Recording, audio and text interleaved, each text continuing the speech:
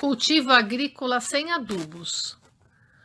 Para explicar o que é o cultivo agrícola sem adubos, começarei pelo seu princípio básico. Afinal, o que é o solo? Sem dúvida, ele foi feito pelo Criador para cultivarmos cereais e hortaliças, que são importantíssimos para a manutenção da vida humana. Por conseguinte, sua essência é profundamente misteriosa, impossível de ser decifrada pela ciência materialista.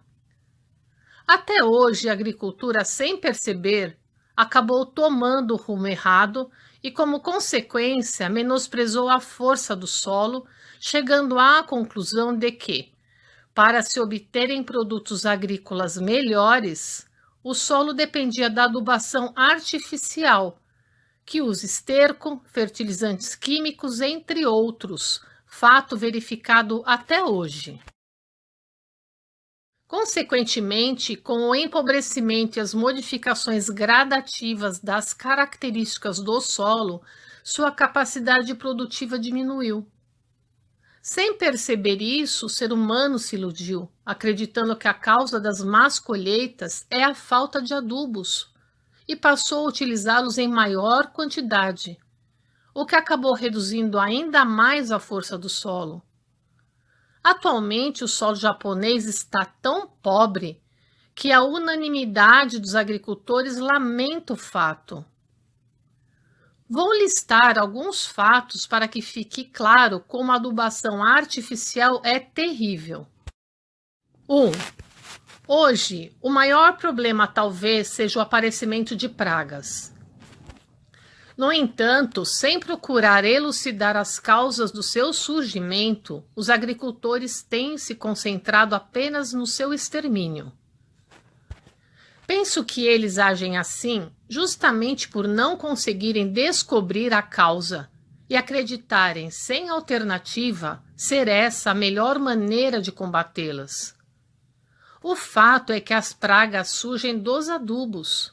E o atual aumento das espécies de pragas é inteiramente decorrente do crescimento dos tipos de adubos. Os agricultores desconhecem que os pesticidas empregados, ainda que consigam combater os insetos indesejados, infiltram-se no solo e o degradam, causando o aparecimento dessas pragas. Absorvendo os adubos, as plantas enfraquecem-se acentuadamente e dobram-se com facilidade ante a ação do vento e da água. Da mesma forma, pela ocorrência da queda das flores, a quantidade de frutos é reduzida. Além disso, pelo fato de as plantas alcançarem maior altura e suas folhas se tornarem maiores, os frutos acabam ficando na sombra. Por essa razão, no caso do arroz, do trigo, da soja, as cascas ficam mais grossas e os grãos menores. 3. O sulfato de amônia ou amônia presente no esterco, bem como os demais fertilizantes químicos, na maioria são venenos violentos. Uma vez que eles são absorvidos pelas plantas, geralmente acabam sendo ingeridos também pelo ser humano. Mesmo que isso ocorra em quantidades ínfimas, não se pode dizer que essas substâncias não façam mal à nossa saúde. A realidade nos mostra que mais de 80% dos japoneses possuem parasitas, principalmente o verme intestinal, e sua causa, evidentemente, são as ovas contidas no esterco que se desenvolveram no interior do corpo humano. A própria medicina está afirmando ultimamente que, se suspender por 2 a 3 anos a utilização do esterco como adubo, o problema de vermes e demais parasitas deixará de existir. Nesse aspecto, os resultados obtidos pela agricultura sem o uso de adubos são fabulosos. 4. Ultimamente, o preço dos adubos tem aumentado, de modo que a despesa que se tem com eles é quase igual à receita oriunda da venda da produção aos órgãos controladores, cujos cálculos não condizem com os dos agricultores, que, por sua vez, são forçados a vender seus produtos também no mercado paralelo. 5. É grande o esforço e o trabalho expedidos com a compra e a aplicação de adubos e inseticidas. 6. Os produtos obtidos por meio do cultivo sem adubos são extremamente saborosos. E como se desenvolvem bem, tanto o tamanho do produto quanto a colheita são bem maiores do que os adquiridos com adubos. Com o que acabamos de expor, creio que o leitor pode compreender que a toxicidade dos adubos é realmente pavorosa e que o cultivo que não os utiliza é muito mais vantajoso. Em uma análise geral, podemos concluir que, na economia agrícola, não será nada difícil duplicar seu lucro. Não seria exagero afirmar que, na verdade, se trata de uma revolução jamais vista na agricultura japonesa. A seguir, vou apresentar o método e os resultados que atingi com minha experiência e os relatos de várias pessoas que já alcançaram excelentes resultados decorrentes da prática desse tipo de cultivo. O que eu penso é o seguinte: entre os japoneses, quantos deles conhecem o verdadeiro sabor das hortaliças e legumes? Diríamos que pouquíssimos. Isso porque, evidentemente, hoje não existe nenhum produto agrícola em que não se utilizem fertilizantes químicos e esterco. Absorvendo esses elementos, os produtos acabam perdendo o sabor atribuído pelos céus. Se ao invés disso fizermos com que os mesmos absorvam os nutrientes da própria terra, seu sabor natural, que é realmente magnífico, surgirá espontaneamente. Minha alegria de viver tornou-se incalculavelmente maior após conhecer o sabor das hortaliças e legumes cultivados sem os adubos. Além da economia de dinheiro e de mão de obra, ficamos livres do desagradável mau cheiro e do risco da propagação de parasitas. Essas hortaliças tornam-se mais saborosas, reduz-se o surgimento das pragas e ocorre o aumento da produção. Enfim, matam-se 7 coelhos com uma só cajadada. Não consigo ficar sem agir por 1 minuto sequer diante de um problema tão sério. Quero levar esta boa nova ao mundo inteiro e compartilhar seus benefícios o quanto antes possível. Primeiramente, quero explanar a teoria e sua prática. Afinal, qual é a capacidade do solo? Ele é formado pela união de 3 elementos fundamentais: terra, água e fogo, que constitui a força da trilogia. Evidentemente, o elemento terra é a força fundamental para o desenvolvimento das plantas, e os elementos água e fogo são forças complementares. Logo, de acordo com a qualidade do solo, que é a força primordial, a influência das plantas será boa ou má. Assim sendo, a condição básica para desenvolvermos um bom cultivo é a melhoria da qualidade do solo. Quanto maiores forem as propriedades do elemento terra, mais satisfatórios serão os resultados. Então, qual é o método para tornar o solo fértil?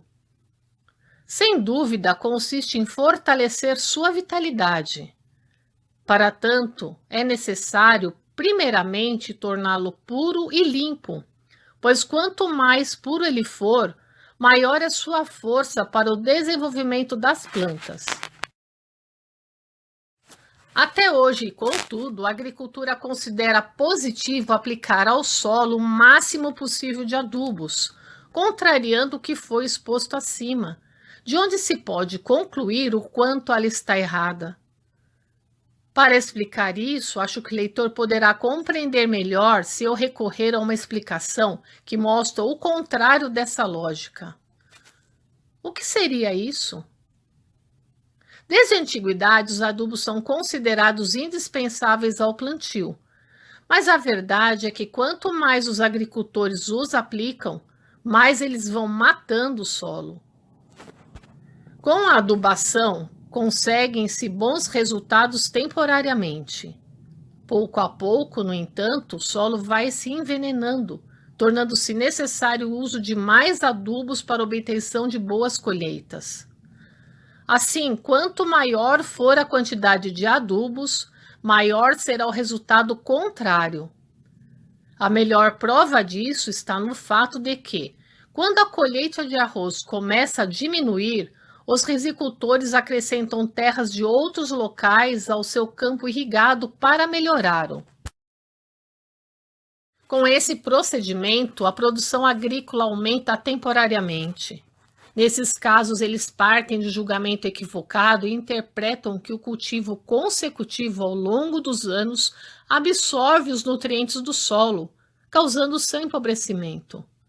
No entanto, não percebem que isso ocorreu devido à sucessiva utilização de adubos. As terras novas, isentas de adubos, que são introduzidas ao arrozal, têm atividade mais intensa e, por isso, é possível obter bons resultados. Gostaria de encerrar a explicação teórica e esclarecer uma a uma as vantagens práticas da não utilização de adubos. Um primeiro ponto a destacar, como característica do cultivo sem adubos, é a baixa altura das plantas. O cultivo com adubos, elas se tornam mais altas e as folhas ficam maiores e mais densas. Tratando-se de leguminosas, conforme já me referi, os frutos ficam à sombra e não apresentam bom crescimento. Ocorre também uma maior queda das flores e, consequentemente, a frutificação também diminui. No caso da soja em especial, se for cultivada sem adubos, a produção dobra e nenhum grão se apresenta bichado. Ademais, seu sabor é incomparável, a ponto de deixar as pessoas admiradas. Da mesma forma, em outras espécies, como ervilhas, favas, a casca é excepcionalmente macia. Outro aspecto relevante é que, no cultivo sem adubos, jamais ocorrem fracassos. Às vezes, um leigo resolve plantar batatas e as colhe em quantidade reduzida e em tamanho pequeno. As pessoas costumam lamentar a péssima produção, mas não percebem que isso resultou do uso excessivo de adubos e interpretam o referido resultado de maneira equivocada, ou seja, atribuem o fracasso à falta de adubos e passam a usá-los em maior quantidade, o que faz piorar a situação.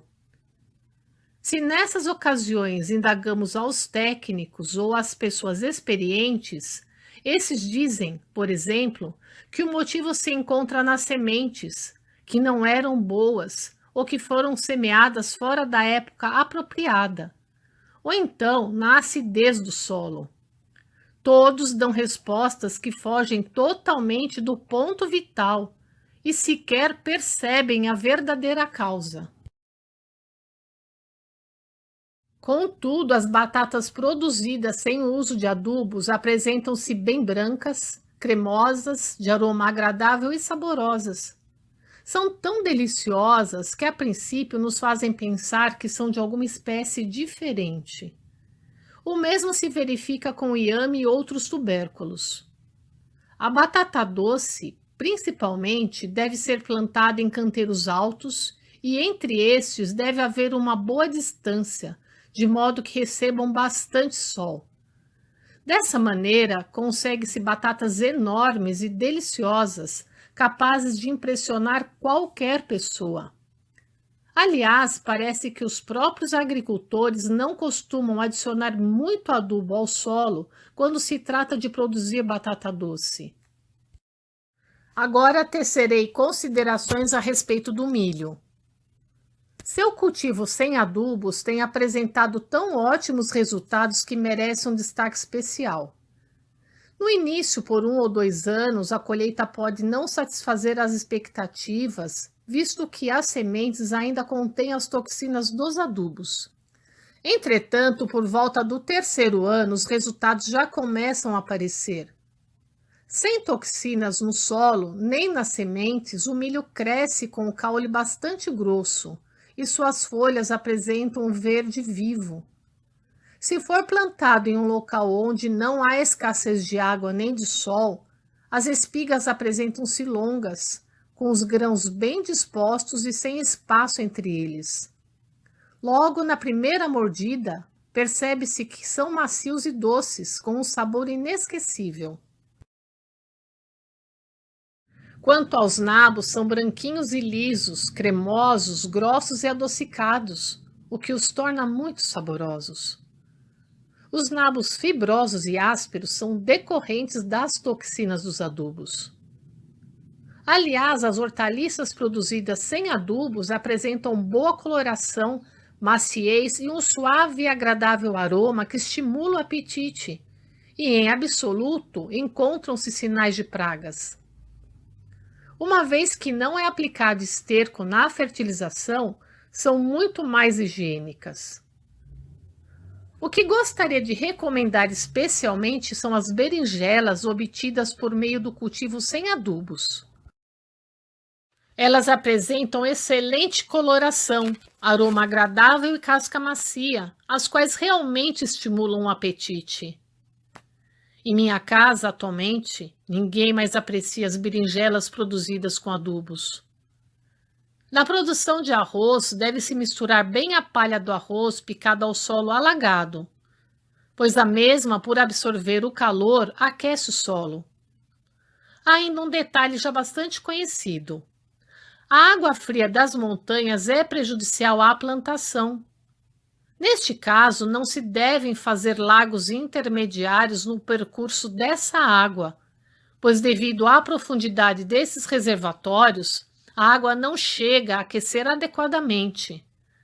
Por conseguinte, as valas devem ser as mais rasas e extensas possíveis. No caso de cucurbitáceas, como o pepino, a melancia, a abóbora, qualquer produtor consegue obter excelentes produtos como nunca experimentara. Os pés de arroz e de trigo são baixos, mas no que se refere à qualidade e quantidade de grãos, são excelentes. O arroz, sobretudo, apresenta peso, brilho, consistência, além de excelente paladar, e vem sendo sempre classificado como arroz de categoria superior. Apesar da forma simples, creio que pude expor as vantagens do cultivo agrícola sem adubos. Não devem existir melhores perspectivas do que essas que mencionei para os praticantes das hortas caseiras que vemos atualmente em quase todos os lugares, principalmente porque a aplicação de estercos não só acarreta transtornos insuportáveis aos praticantes amadores, como também pode trazer resultados ruins, além dos inconvenientes e indesejáveis vermes intestinais que acabam se hospedando no intestino humano. Até agora, embora fosse por desconhecimento de causa, trabalhava-se muito e obtinha-se pouco sucesso. Em contrapartida, no meu caso, apenas semeio e não tenho maiores trabalhos a não ser a remoção do mato, que preciso realizar de vez em quando, e obtenho excelentes hortaliças. Portanto, posso afirmar que não há nada mais gratificante do que esse método de cultivo. Embora não haja necessidade de adubos químicos nem de esterco, conforme já foi explicado, é preciso usar compostos naturais intensivamente. Vou detalhar a respeito. O mais importante para o desenvolvimento das plantas em qualquer cultivo é ter cuidado com as pontas das raízes. Esse cuidado consiste em fazer com que as radicelas cresçam livremente, e para isso deve-se evitar o endurecimento do solo. O composto natural precisa estar semidecomposto, pois se o estiver totalmente, acabará facilitando a compactação do solo. Aquele que é feito usando-se somente capim, decompõe-se rapidamente, mas o composto de folhas de árvores demora muito mais, devido às fibras e nervuras, que são duras. Por conseguinte, é necessário deixá-lo por longo tempo até que ocorra sua suficiente decomposição. Como já afirmei anteriormente, a razão disso reside na obstrução do crescimento das pontas das radicelas, causada pelas fibras e nervura das folhas utilizadas como compostos orgânicos. Ultimamente ouvimos dizer que é bom fazer o ar chegar às raízes das plantas, mas acho que isso não tem sentido, pois sendo um solo poroso que permite até passar o ar, nele se processará um bom desenvolvimento radicular. Por conseguinte, de fato, o ar nada tem a ver com isso. Manter o solo aquecido é outro ponto que merece atenção. No caso das hortaliças e legumes mais comuns, basta fazer uma camada de composto natural de mais ou menos 30 centímetros, a partir de uma profundidade de aproximadamente 30 centímetros. Tratando-se, por exemplo, de nabo, cenoura, bardana, cujas raízes constituem a parte mais importante, a profundidade deve ser compatível com o comprimento da raiz de cada planta. O composto à base de folhas de ervas e capim tem que ser bem misturado à terra. O composto à base de folhas de árvores deve ser aplicado para formar o leito sob o solo, conforme já expliquei anteriormente. Considero este o procedimento ideal. Ultimamente, fala-se muito na inconveniência da acidez do solo, mas a causa está nos adubos. Portanto, se deixar de usá-los, essa preocupação passa a não mais existir. Há outro aspecto que surpreende as pessoas. A agricultura considera danosa a prática de cultura repetitiva. No entanto, tem obtido ótimos resultados com esse procedimento. Além disso, a cada ano que passa, eles vêm melhorando. Pode até parecer milagre, mas há uma boa razão para isso. De acordo com o que eu tenho declarado, para dar vida ao solo e ativar sua força, é necessário que se realize o maior número de vezes possível a cultura repetitiva, pois assim a terra cria naturalmente uma adaptabilidade no sentido de desenvolver melhor o cultivo de hortaliças e legumes. Sem a utilização de adubos, a quantidade de pragas poderá não chegar a zero, mas próximo a isso. Os próprios agricultores têm afirmado que o excesso de adubos aumenta as pragas. Para a produção de charutos, sabe-se que a melhor matéria-prima é produzida em Manila e Havana, que não apresenta folhas comidas por bichos e o aroma é muito agradável. Certa vez ouvi um especialista dizer que não se utiliza nenhum adubo na produção dessas folhas de fumo. A não ocorrência de insetos em ervas daninhas e o agradável aroma de algumas ervas silvestres comestíveis colhidas na primavera, entre elas a Aster yeomena e a salsa japonesa, são decorrentes principalmente da ausência de adubos. Há mais um aspecto ao qual se deve estar atento. Quando se introduz o cultivo sem adubos em uma terra de agricultura convencional, em que os adubos vinham sendo utilizados, não se obtém bons resultados durante 1 ou 2 anos, porque esta terra está intoxicada. É como uma pessoa que bebe. Deixa de fazê-lo abruptamente e por algum tempo fica meio atordoada.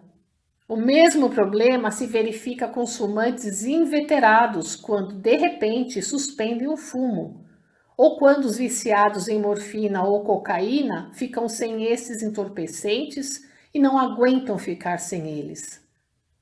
Deve-se, portanto, ter paciência por 2 ou 3 anos e nesse espaço de tempo, com a diminuição gradativa das toxinas de adubos no solo e nas sementes, o solo começará a manifestar sua força. Com as considerações que acabamos de tecer sobre o cultivo sem adubos, o leitor deverá ter compreendido quanto a agricultura tradicional está errada. Evidentemente, este novo método não tem nenhuma ligação com a fé, bastando utilizar os compostos naturais para se obterem resultados surpreendentes. Contudo, conseguiremos o efeito ainda melhor se, além desse procedimento, purificarmos o solo por meio da luz de Deus. Coletânea série de Kahn, volume 2, em 1º de julho de 1949. Extraído do livro Alicerce do Paraíso, volume 5, página 17.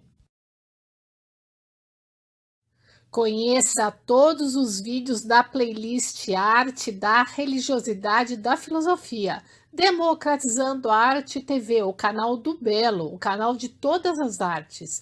Faça a sua dedicação virtual, compartilhe os vídeos, compartilhe o Belo.